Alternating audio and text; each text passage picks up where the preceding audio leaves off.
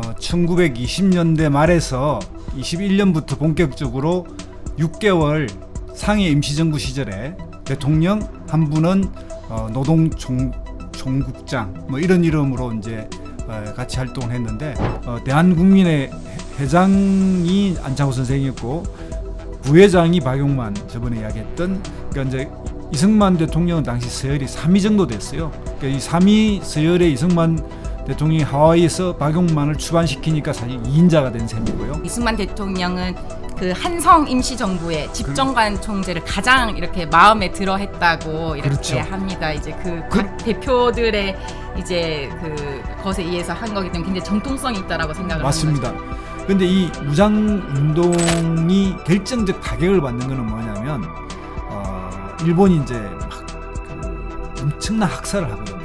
만주 일대를 학살하고 이러니까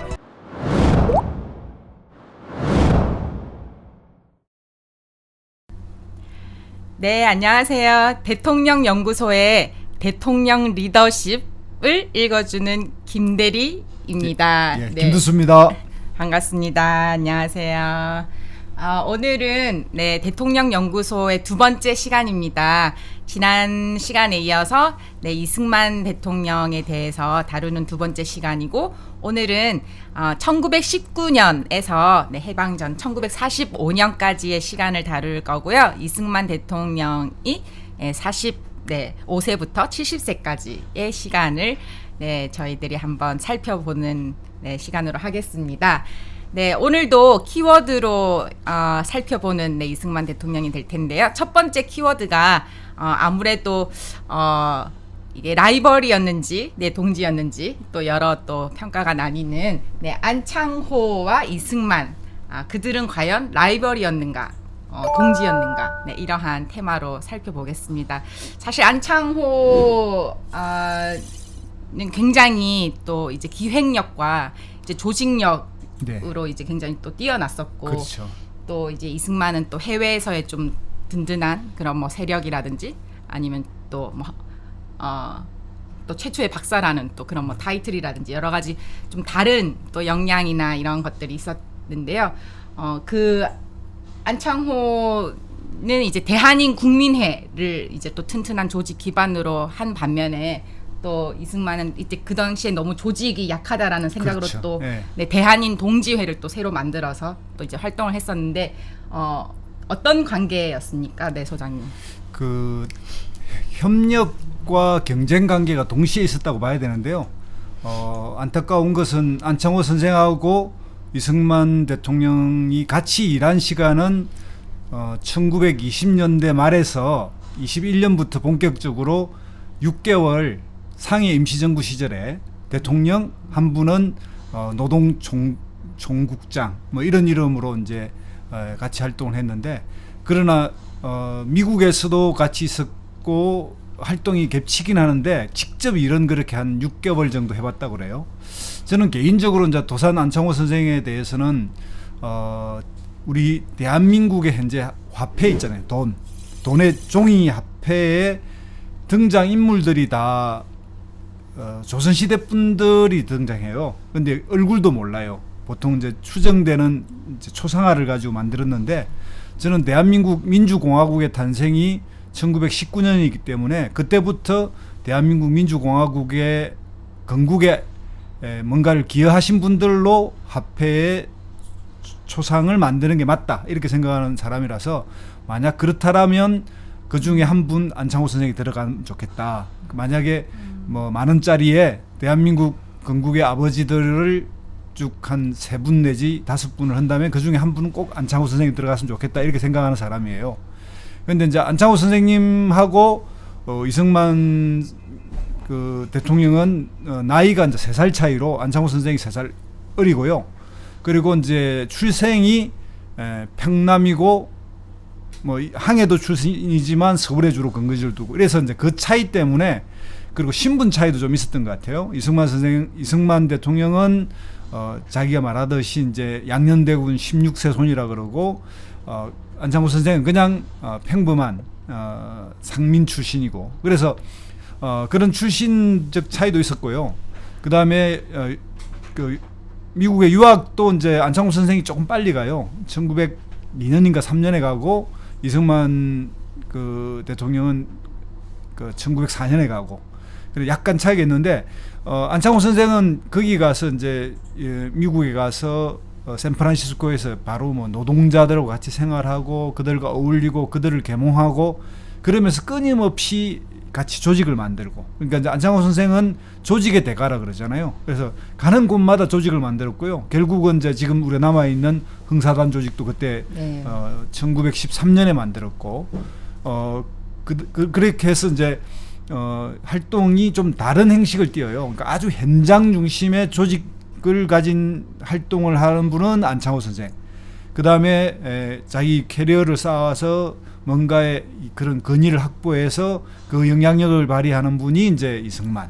네. 그런데 문제는 이제 가장 중요한 역할은 뭐냐면 1919년 당시에 이제 3.1 만세 운동이 일어나자마자 안창호 선생은 미국에서 바로 상해로 가서 그 임시정부 만들어지는 역할을 해요. 그때 돈으로 4만 원인가를 들고 와서 이제 사무실도 구하고 조직도 만들고, 가장 큰 갈등이 뭐였냐면 그 당시 상해 임정에서 국무총리로 임명되었고 이승만 대통령은, 그리고 안창호 선생은 내무총감 겸 국무총리 대리 같은 걸 해서 이제 상해 임정을 만들어 나가는데, 거기에서 이제 이 이승만 대통령을 인정할 거냐 말 거냐 이런 갈등들이 많았는데 그걸 이제 중재 타협시키고 결국은 한성 임시정부에서 집정관 총재로 임명받은 이승만의 정통성을 확인하고, 지역은 상해로 하고, 그리고 이제 노령 그 임시정부 같은 데서 주 활동 무대의 힘을 가지고 있는 이동희라고 하는 사회주의 그 지도자를 국무총리로 끌어당겨서, 그래서 초기 1919년 9월 11일경에 상해 임시정부가 이제 본격적인 임시 헌장을 만들어내는 그 임시 헌법을 만들어내는데 안창호 선생이 이제 결정적 기여를 하죠. 그래서 이제 이승만 대통령이 대통령 역할을 하게 하는 부분에서는 안창호 선생이 크게 기여를 한 거예요. 네. 그 두 분이 안창호 선생님이랑 이승만 대통령이 이념적으로도 좀 이제 차이가 많이 있었던 것으로 알려져 있는데, 이제 안창호 선생님은 이제 이 독립운동가들을 다 이렇게 좀 끌어들이기 위해서라면 사회주의자들도 이제 포용을 해야 된다. 그렇게 네. 해서 이제 그런 것들이 이제 뭐 좌우 합작론의 성격을 띈 뭐 대공 운동론이나 뭐 민족 유일단 네. 운동 이런 걸로 이제 가고, 이제 이승만 뭐 대통령 어쨌든 뭐 철저한 반공주의자여서 그렇죠. 네. 그런 부분에서도 좀 이제 의견 차라든지 이런 게 있어서, 근데 그것들은 이 두 분의 사이에서의 그런 뭔가 그런 괴리도 있었지만 그 추종자들 사이에서 훨씬 더 그런 괴리가 굉장히 더 격화돼서 이제 안창호 선생님의 그 추종자분에게 이렇게 또 이승만 대통령이 암살당할 뻔했던 예. 그런 사건도 있었고, 그런 네. 뭐 갈등도 있었고, 네. 미국 내에서 대한국민의 회장이 안창호 선생이었고 부회장이 박용만, 저번에 이야기했던, 그러니까 이제 이승만 대통령은 당시 서열이 3위 정도 됐어요. 그러니까 이 3위 서열에 이승만 대통령이 하와이에서 박용만을 추반시키니까 사실 2인자가 된 셈이고요. 그래서 두 사람이 갈등도 했지만 저번에 그 말씀드린 1919년 2월 25일 날 이임통치청은도 그때는 협의해서 했다고 그러고요. 그 다음에 이제 중요한 것 중에 하나가 그 안창호 선생이 이제 이런 이승만 대통령과 협력이면서도 긴장 관계였고, 그러면서도 나중에 이제 결국은 윤봉길 의사 사건이 이제 1932년에 김구 주석으로부터 해서 그 사건이 벌어지는데, 문제는 김구 주석이 안창호 선생한테 그 사실을 알리지 않아 가지고 그 일제 근거에 안창호 선생이 잡혀 들어가고, 그래서 결국 37년이군요. 5년형을 받아가지고 국내로 압송돼서 국내에 와서 이제 병사를 하게 됩니다. 그래서 한국 그 독립운동 이면에 그 갈등들 이런 것들도 잠재했었고, 당연히 이제 그런 그 상해 홍콩 공원에서의 윤봉길 의사의 의거가 있다면 그때 당시 동지들에게 이제 그 순간 바로 알려서 이렇게 피신하게 해야 되는데 그렇게 안 한 문제도 있고. 그래서 이제 그 안창호 선생은 굉장히 실무 기억력이 뛰어나다는 거는 그 뒤에 임시정부에서 뭐냐면 연통제라는 걸 만들어 가지고 국내 100 여국과 연결해 가지고요. 실제 그 우리가 가끔 이제 독립운동 영화를 보면 자금이 이제 이렇게 상해로 가는 과정 같은 게 나오잖아요. 그걸 조직해낸 분이에요. 근데 이제 안타깝게도 21년경에 일체 근거에 의해서 그 조직이 깨지긴 합니다. 그러나 그런 기획력과 조직력을 통해서 국내와 상해 임정을 연결시킨 능력, 이런 데서는 이제 안창호 선생이 대단했다, 이런 걸 같이 볼 수 있습니다. 네, 그 정규 교육도 이제 제대로 받지 않으셨다고 했는데, 이제 뭐 영어는 이제 잘 못하셨지만 굉장히 그 웅변술이 뛰어나시고 그렇게 하시면서 사람들에게 그런 친화력이 엄청나게 또 뛰어나시고 또 매력적이셔서 아마 또 이승만 대통령이 그런 부분에 대해서도 많이 좀 어떤 질투라든지 또 견제라든지 이런 게 또 있었을 것 같습니다. 그래서 아까 이제 화폐 이제 말씀해 주셨는데, 그런 그 한 국가의 이제 화폐를 어떤 인물로 이제 그걸 쓸 것인지가 또 그 나라가 어떤 가치를 또 중요하게 생각하고 이런 부분이 상징적으로 잘 드러나는데, 또 어쨌든 안창호 선생님을 이제 인물로 이렇게 저는 이제 이런 생각을 해요. 이번 이 시간이 이제 화폐 시간은 아닌데 그 나라의 가치, 그 어떤 정신은 사실은 화폐 초상화로 드러난다고 생각해요. 미국 같은 데 보면 조지 워싱턴, 해밀턴, 제퍼슨, 그러니까 건국했던 사람들 위주로 이렇게 하면서 나타나고요.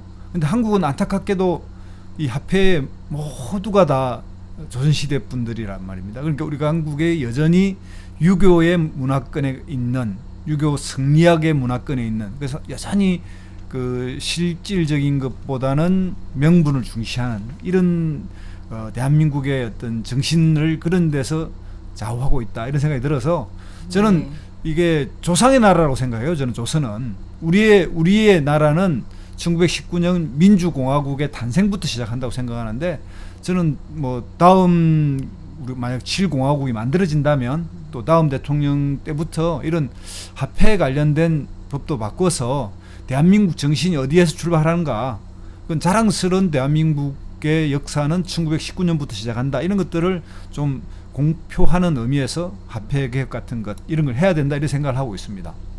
네, 이거는 정말 또 언제 한번 대통령 연구소에 스페셜 특집으로, 그렇죠, 한번 다뤄야 될 이야기예요. 또 심도 있게 또 토론을 해보면 너무 또 좋을 것 같습니다. 네, 그러면 다음 키워드로 넘어갈까요? 네. 그래서 이렇게 해서 이제 상해 임시 정부의 이제 초대 대통령이 되시죠. 물론 이제 그 3.1운동 이후에 굉장히 여러 각지에서 여러 임시 정부들이 많이 이렇게 생겨납니다. 그래서 그 각 정부에서 또 이제 주도하는 분들, 또 뭐 총리, 그리고 또 대통령이나 이제 총리로 지명되고 하는 이제 인물들도 다 다른데, 이제 그 나중에 통합이 돼서 이제 상해 임시정부에 이제 통합된 이제 정부에서도 이제 대통령으로 이제 지명이 되는 거죠. 네. 몇 가지 쟁점이 있는데요. 첫 번째, 이제 3.1 운동이 왜 그때 일어났느냐, 이것도 한번 잠깐 보면요. 일단은 그때가 마침 이제 고종 황제가 이제 독살설이 퍼졌어요. 그런데 그래서 3월 3일이 이제 장례식 날이었어요. 그러니까 이제 그때 군중이 이제 움집하는 게 있었고요. 내부적으로 보면 그 동력이 살아난 이유가 이제 그 이런 그 군중이 이제 참여하게 된 배경은. 근데 중요하게는 보면 윌슨 대통령의 이제 1918년 1차 세계대전이 끝나고 민족 자결주의가 이제 퍼졌지 않습니까? 그러니까 우리는 어떻게 받아들였냐면, 각 민족이 스스로 통치할 수 있으면 해방시켜 주는구나 했지만, 이게 안타깝게도 이건 유럽에 적용된, 그러니까 유럽의 독일, 오스트리아 이쪽의 식민지들은 다 해방이 되는 이런 형태예요. 동유럽이 이제 거기에서 독립이 되는데, 이제 그런데 우리는 적용되지 않았던 거죠. 그래서 이제 거기에 대한 약간 오해도 있었고, 또 조금 더 거슬러 올라가면 1917년의 러시아 혁명, 이런 것도 영향을 준 것 같고요. 그 다음에 세 번째는 이제 이런 상황에서 국내외 이렇게 선각자들이나 지식인들의 이제 각성들, 특히 종교인들의 이대로는 안 된다 이런 생각에서 이 운동을 일으키면 우리가 독립의 가능성을 획득할 수 있겠구나 이렇게 생각해서 이제 3.1 운동이 일어났게 된 거고요. 그게 이제 뭐 보면 3월 1일 날 시작했지만 가장 피크는 보니까 4월 1일 약 한 달 정도 뒤더라고요. 이제 그때부터 쭉 전국적으로 퍼져가지고 그리고 5월 달까지 상당히 퍼졌는데 약간의 이제 조사마다 다르지만 당시 사망이 한 6천여 명이라고 조사된 것도 있고 1,000명 이내라고 조사된 것도 있는데 참여 인원은 약 200만 정도, 연 인원 200만 정도가 참여한 거다. 그때 이제 2천만 동포였으니까요. 10%가 참여한 것도 지금 같으면 300만의 어떤 이런 분들이 참여한 거고 지난 17년 바로 촛불 시위와 같은 정도의 그런 게 참여했다고 볼 수 있고요. 이 이제 3.1 운동이 일어나니까 바로 이제 곧바로 임시정부들이 이제 탄생되는데 제일 먼저 그러니까 임시정부가 8개 정도 탄생했대요. 그 중에 이제 6개 정도가 사람도 지명한 데였고 그 중에 이제 3개가 이제 유망한데 하나가 노령 러시아, 네. 러시아의 임시정부, 그다음에 노령 임시정부. 예, 노령이라고 우리가 뭐 러시아형이라고 러시아. 이렇게 부르고요. 블라디보스토크. 그다음에 두 번째가 이제 상해 임정 이제 4월 11일, 그다음에 4월 23일 날 서울 한성, 예, 이렇게 이제 이 세 군데가 되는데 이게 중요한 거는 뭐냐면 노령 임시정부의 대통령은 당시 3.1 운동을 이끌었던 지도자 손병희 선생을 이제 대통령으로 하고 부통령을 저번에 이야기한 개화파 박영호 선생을 이제 부통령으로 하고 거기에 외무총장을 이승만으로 추대했어요. 그리고 상해 임정은 이게 특이하게 이제 그 내각제 형식으로 국무총리의 이승만을 지명했고요.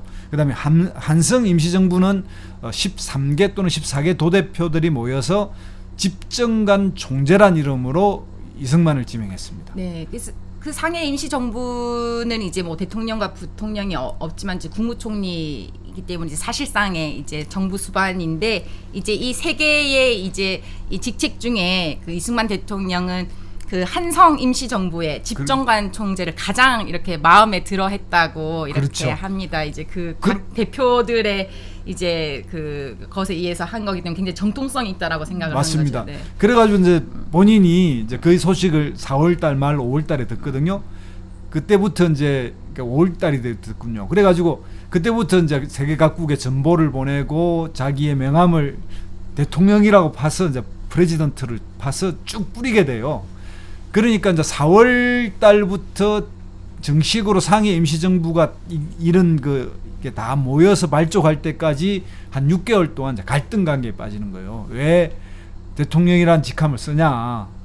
이제 그런데 그걸 이제 안창호 선생이 이제 중재를 해서 결국은 이게 이제 최종적으로는 헌법에 대통령제를 만들고 이제 이승만 박사가 대통령에 취임하게 되죠.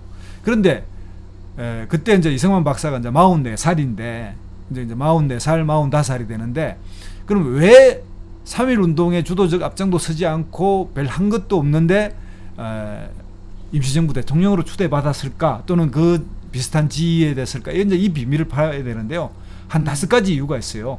그 5가지 이유를 보면 일단 저번에도 설명드렸듯이 이제 빵잡이에요. 감옥을 갔다 온 투쟁의 경력이 있는 거죠. 그러니까 독립협회, 만민공동회 그리고 감옥 갔다 온 이런. 그다음 두 번째가 미국의 박사. 그러니까 이제 미국에 가서 박사를 땄다는 것. 그다음 세 번째가 뭐냐면 그 전에 미국 대통령 루즈벨트를 만났고 이때 대통령이 바로 자기가 프린스턴 대학에서 총장과 같이 찍은 사진도 있는 이승만의 박사 학위를 수여한 윌슨 대통령하고 친분 관계 이런 걸 이제 고려했다고 보는 거죠. 그 다음에 이제 네 번째가 뭐냐면 당시 한성 임시정부의 결정적 역할을 하고 있던 울람 이상재 선생이 이승만 대통령의 이제 두 번째 멘토인데 스제필 박사가 청년기라면 그 청년기 이후에 이상재 선생인데 그때 이제 집정관 총재 추대에 앞장섰다고 그래요.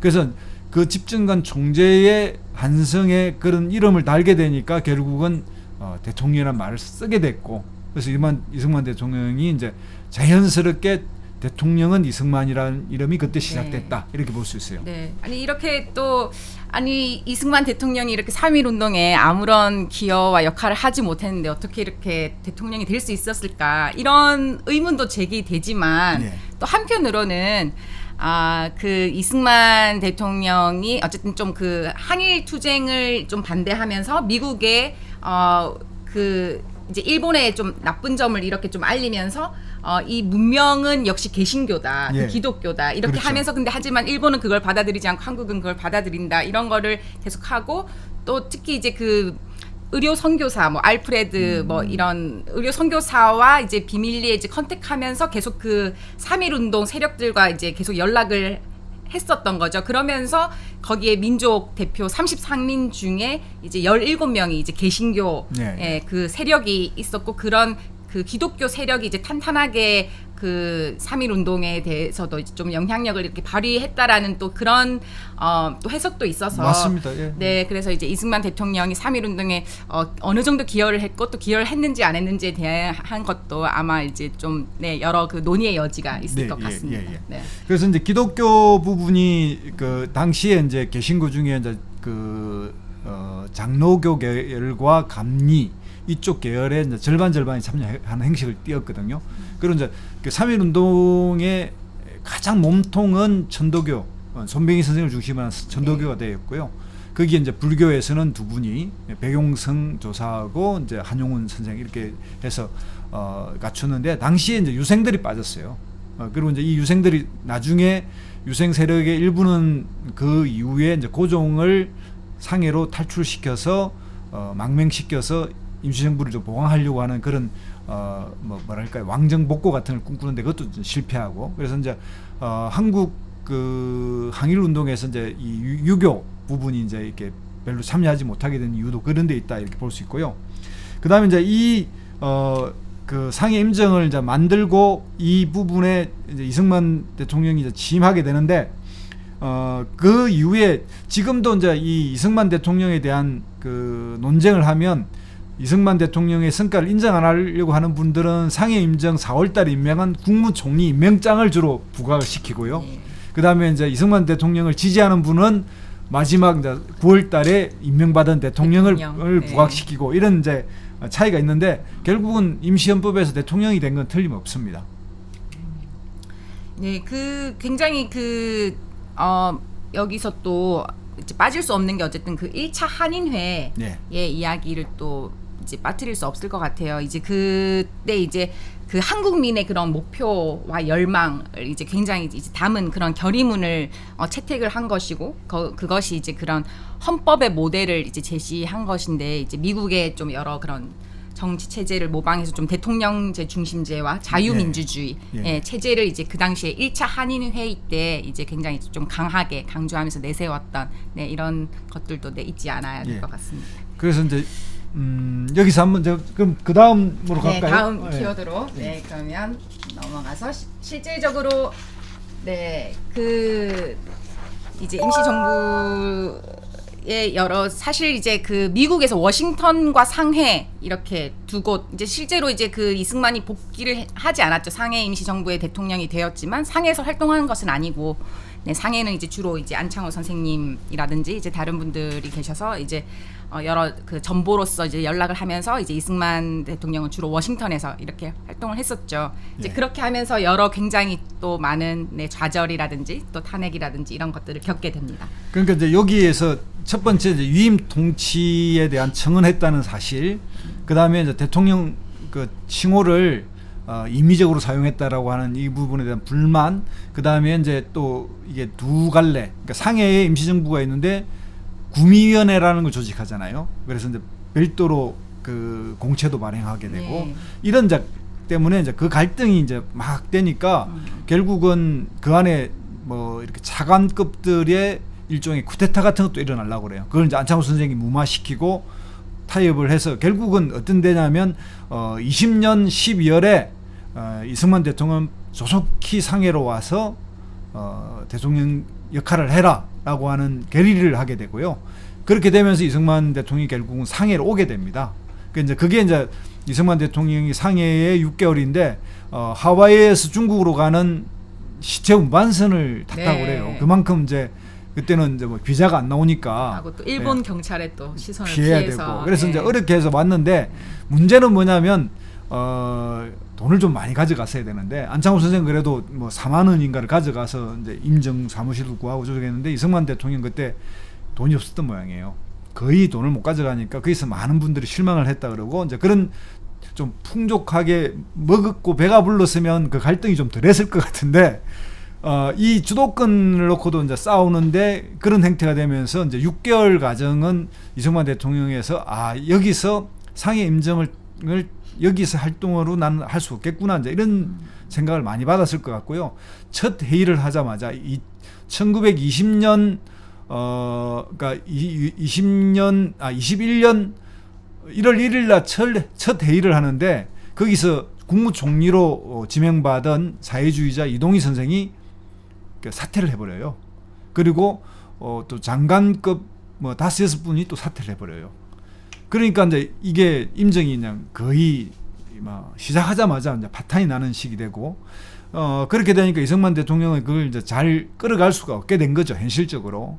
그런데 거기에서 이제 결국은 본인이 어떤 판단을 하게 되냐면 미국에서 열리는 워싱턴 회의에 가서 외교적인 어떤 운동을 해야겠다 이런 식으로 대회에 그 일종의 교지를 발표하고 미국으로 다시 가버리게 됩니다. 그런데 이제 여기 내에서 당시에 그 상해 임정을 둘러싼 뭐 외교 노선, 실력 양선론, 무장투쟁론 이런 것들이 서로 타협이 안 돼요. 예. 끝까지 싸우고 그 싸움의 갈등 속에서 상해 임정은 결국은 이제 여기 나와 있듯이 25년이 되면 이승만 대통령을 탄핵하게 됩니다. 그리고 구미위원회 폐지도 네. 결의해버리고. 근데 이제 이승만 대통령을 인정 안 하고 계속 운영하긴 하게 되는데 그런 식으로 해서 이제 그 뒤에 우리가 알듯이 제도도 이제 국무령 주석직으로 바뀌고 그리고 이제 30년대로 가면서 결국은 이제 김구 주석이 이제 취직하는 당시에 김구 주석은 이승만 대통령 시절에는 이제 경무국장이라 해가지고 대통령 경호를 네. 담당하게 됐죠. 그런데 김구 주석의 같은 경우는 이제 돌파력, 실행력 이런 게 워낙 뛰어나니까 워낙 지지부진한 상해 임정 입장에서는 어쩔 수 없이 그 김구 주석 위주로 이렇게 이제 주도권이 넘어가게 되는 이런 일이 벌어지게 되고요. 이제 일종의 이승만 대통령 입장에서는 탄핵까지 다 됐으니까 본인들에게서는 굉장히 참 실망스러운 일이고 한국 민주공화국 역사에서 임시 대통령이 또 탄핵까지 됐다라고 하는 그런 이제 기록을 남기게 되는 거죠. 네, 그때 이제 김구 선생님은 또 이렇게 그 경무국장이 되셨지만 그 박용만 선생님도 원래는 그 취임이 됐으셨는데 이승만과는 절대 일할 수 없다 이렇게 해서 이제 아예 사퇴도 했었던 뭐 굉장히 그런 거부하는 세력이 굉장히 강하게 그때 갈등 관계 많죠. 네, 이제 한국 정치에도 보면 저놈이 하면 난 안 해 이런 게 아직도 있거든요. 근데 그때 당시에도 이제 이렇게 해가지고 그 이런 현상은 그 뒤에 미국 국무부의 그 미국 대사의 조사에 의해서 임시정부를 인정할 것인가 말 것인가 이런 데서 다 보고가 들어가고 결국은 미국 루즈벨트 대통령이 조선은 향후 최소 30년 내지 50년 신탁 통치를 해야 된다라고 생각을 가지게 된 근거이기도 하고요. 또 중국 국민당도 마찬가지 국민당은 신탁 통치까지는 생각 안 했는데 계속 임정을 도와주다가 견제하다가 이런 일이 벌어지고 그때까지는 그런 생각을 했어요. 우리 한국 그 조선인은 사색 당파 때문에 분열된다 이런 생각도 가지게 됐고요. 그게 이제 그 일본의 일종의 뭐랄까요, 이제 그 한국인에 대한 그 이런 잘못된 데마고그 같은 건데 이제 그런 걸 퍼뜨려서 분열도 일으키게 하고 지금은 한국 사람들이 그런 분열적인 생각을 안 가지고 있다라고 생각하는데 제가 어릴 적만 해도 한국 사람들은 모래알이다 뭐 이런 이야기를 스스로들 하고 그랬었거든요. 그만큼 이제 분열적 요소가 많았는데 상해 임정 과정에서도 보면 그런 이제 내부 투쟁 이런 갈등들이 있었어요. 그걸 다음에 또 한번 정리해 볼 건데 왜 그럼 이런 분열이 있었느냐 그리고 이게 안 모아졌느냐라고 하는 거는 대한민국 사람들의 DNA나 심성이 아니었던 거예요. 그러니까 한반도의 위치, 그러니까 그때 당시 조선의 위치, 위상, 소위 말하는 정치, 경제적, 그 지정학적 요소 이런 것들 때문에 일어난 일이다라는 것들 뭐 다음 키워드에서 한번 설명을 해보려고 합니다. 네, 그 탄핵은 그 지금의 탄핵과 달랐나요? 어떤 그 당시의 탄핵은 어떤 절차로 이렇게 진행이 돼서 탄핵까지 이렇게 갈 수가 있었죠? 그때는 이제 뭐냐면 그 장관들하고 의정원이라고 해서 이제 의정 그 내부에 국회의원 형식의 각 그 임정을 대표하는 분들이 모여가지고 결의를 하게 돼요. 그러니까 이제 그때 당시 이승만 대통령 미국 가서 미국에서 활동하면서 이 미국에서의 그 갈등들 이제 공채 발행이나 그 미국에서 오는 그 임시정부에 대한 지원금 이런 게 줄어들게 되니까 자연스럽게 좀 부정적인 측면이 있고 또 이 내부에 아까 이야기했듯이 이제 무장투쟁 농가 외교론 이런 것들의 충돌 이런 것 때문에 끊임없이 그 이승만 대통령에 대한 그 내부 불신들이 있었던 거죠.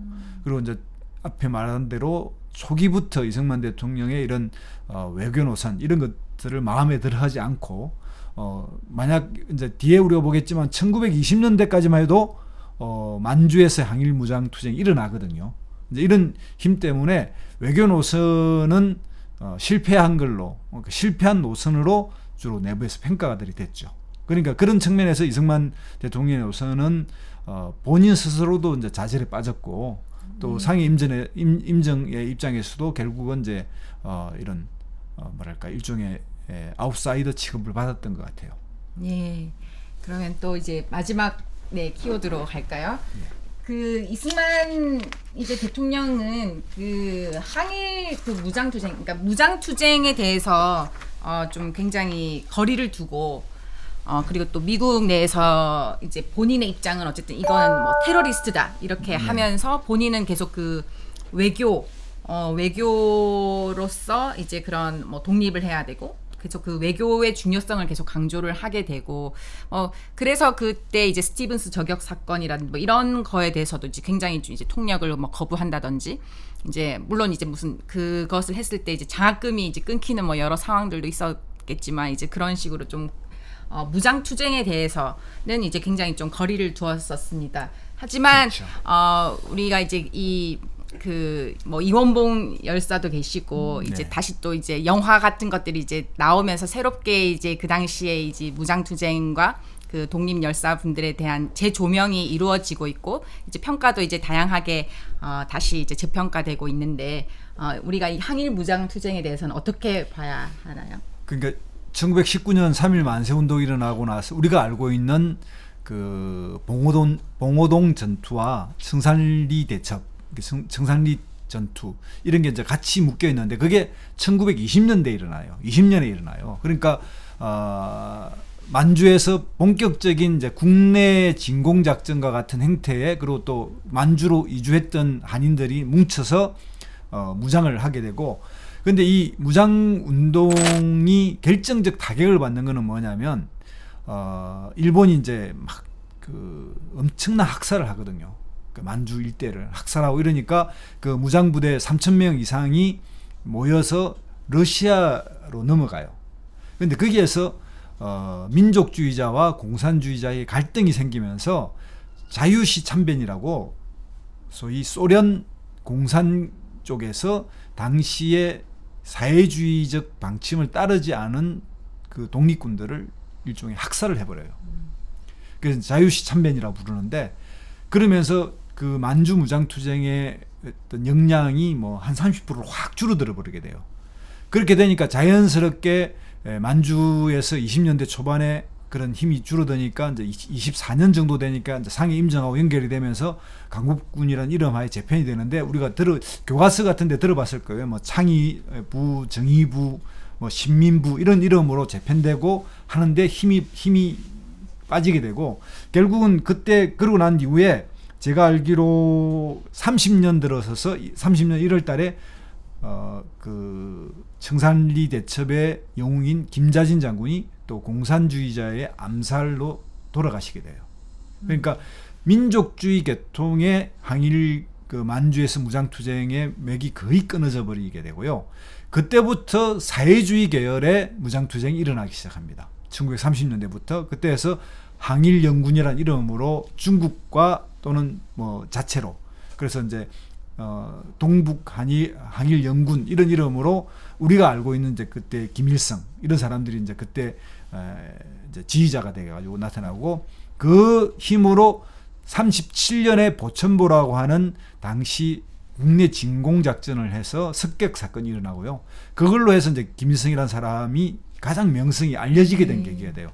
그러나 30년대 말 그런 것도 이제 일본의 집중적 그 단합을 받아서 이 사람들도 결국 소련으로 이제 도피를 해버리게 되고 당시에 만주의 군벌인 장장님이 있었는데 이 만주의 군벌 장장님이 일본하고 그 조약을 맺어서 조선인을 그 보호해주지 않는 일이 벌어지고 결국은 이제 만주국이 들어서잖아요.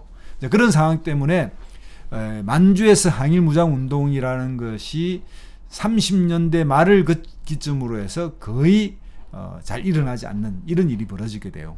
근데 그러면 왜 이제 이런 이제 아까 말씀드린 대로 그 한반도에서는 이런 그 다양한 노선에 의한 그 뭐랄까요 이런 갈등들이 심했느냐 이제 이걸 이제 분석해 보면 크게는 해양 세력인 일본과 미국에 의지하려고 하는 세력과 소련과 중국에 의지하려고 하는 이 세력들이 대륙 세력이 이제 충돌하는 걸로 보고요.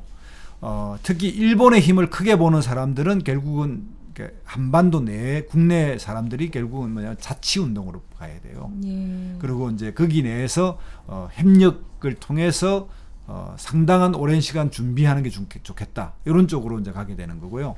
미국의 힘을 크게 보는 사람은 이제 이승만 대통령 이런 사람들은 외교를 통해서 뭐 국제연합이라든지 이런 열강에 의해서 이임 통치 방식이라도 한반도를 독립을 해가는 방식으로 해야 된다 이렇게 생각하게 되는 거고요. 대륙 세력 중심으로 보는 사람들은 임시정부의 이제 김구주석 같은 사람인데 중국 국민당의 힘을 통해서 한반도를 해방시켜야 되겠다 이렇게 생각하는 거고요. 그래서 김구주석의 임시정부는 중국의 국민당이 그 정부가 옮겨가는 과정하고 똑같이 비신하게 되고요. 당시 국민당이 임시정부에 한 5년 동안 지원한 금액이 이제 3,200만 원 정도 된다고 그래요. 그 돈 한 달에 한 20만 원, 많게는 한 50만 원 정도씩 이렇게 계속 지원했다는데 결국 그리고 또 이렇게 중국의 국민당의 장제스 정부는 임시정부를 도와주려고 했다가도 자체 군인들의 자체 활동은 또 통제하고 이런 식으로 굉장히 이중 정책을 폈다고 합니다. 그 다음에 또 하나의 이제 이렇게 사회주의 세력들은 당시 러시아가 소련의 공산주의 혁명이 일어났기 때문에 그 행태를 통해서 러시아의 힘을 통해서 한반도를 사회주의를 해야겠다 이렇게 생각하니까 이 네 개 크게는 대륙 세력과 해양 세력 또 그 안에서 각각 두 개의 세력들이 각자의 입장이 달랐던 거죠. 이것이 충돌이 일어나니까 항일 무장 운동이든 독립 운동의 이런 갈등들 이런 그 충돌들이 계속 일어났던 거죠. 예, 또 이렇게 대륙 세력과 해양 세력의 이렇게 충돌 이라는 또 이제 관점에서 보니까 이제 굉장히 좀 명쾌하게 다가오는 것 같습니다. 예, 너무 이렇게 또 자세하게 이렇게 알려주셔서 너무 감사하고요. 그러면은 마지막 정리를 하나 하죠. 네. 이제 그러면 이제 이승만 대통령이 이런 자질이 빠졌는데 41년 12월 7일 날 일본이 이제 진주만 공습을 하잖아요. 네. 결국은 그게 뭐냐면 미국과 일본의 갈등 속에서 일본의 그 금수 조치, 석유를 중단시키는 조치를 하게 되니까 일본은 결국 이제 미국을 이제 물게 되는데 이렇게 41년 그 형식의 그 일본이 미국과 전쟁을 하게 되면서 이승만 대통령이 이제 할 일이 생기게 되는 거예요. 그래서 다시 외교적 노력을 하게 되고 제일 중요한 거는 이제 미국의 소리라고 하는 방송국 지금도 있죠. 미국의 소리라고 하는 이제 국영 라디오 방송에 이승만 대통령이라는 이름으로 나가서 조선 민중들이 걸기할 것, 일본군을 곳곳에서 교랑을 파괴하고 그 전까지는 그런 걸 이제 거부하는 분이잖아요. 적극적으로 일본하고 싸워야 된다 이런 연설을 이제 최소 6차례 이상을 했다 그래요. 그리고 태평양 그 전투가 벌어지는 섬 이런 지역에서는 한국군들이 이제 중간중간에 일본군이 있다는 걸 알기 때문에 미군에서 그런 삐라라 그러죠. 전단지를 만들어서 이승만 대통령 명의로 빨리 기순하라. 일본군을 탈출해서 미군에 항복하라. 그러면 조선 독립이 된다. 이런 걸 뿌렸다 그래요. 그래서 이제 이 중요한 미국의 소리 방송에서 이승만 대통령 목소리로 방송된 단파 라디오를 들었던 국내 조직. 그러니까 당시 이승만 대통령이 연결했던 흥업구락부라고 있는 이 조직, 그러니까 YMC라든지 기독교를 중심으로 한 한국의 지식인들이 그 소식을 국내에 전하게 되고 국내에서 암암리에 퍼지게 되면서 결국 45년 이후에 이승만 대통령이 귀국되면서 대통령은 이승만이라는 이름이 알려지게 된 계기. 이런 게 바로 이제 이 태평양 전쟁 말기에 일어난 일이죠. 예. 네. 감사합니다. 그러면 이제 그 다음 시간은 이제 45년 해방 이후부터 해서 실제로 또 이승만의 또 독재 45년부터 해방전국 48년 대통령 되는 과정하고 그 다음에 50년 일어난 그래서 또 뭐 부정선거와 또 아니죠 한국전쟁. 그 이후에 대통령 연장까지를 해서 이승만 대통령이 살아온 생애 중심으로는 다음 시간에 그렇게 하고요. 그 다음에는 이제 대통령 이승만에 대한 집중적 분석 이렇게 이제 왜고를 미리 하겠습니다. 네. 이승만 대통령의 리더십에 대해서 분석하는 또 그런 전체적인 그 다다음 시간을 또 기대해 주시면 감사드리겠습니다. 네, 그러면은 다음 시간도 또 기대 많이 해주시고요. 좋아요와 구독은 필수입니다. 그러면 오늘 두 번째 시간은 여기까지 하겠습니다. 좋은 저녁 시간 되세요. 감사합니다.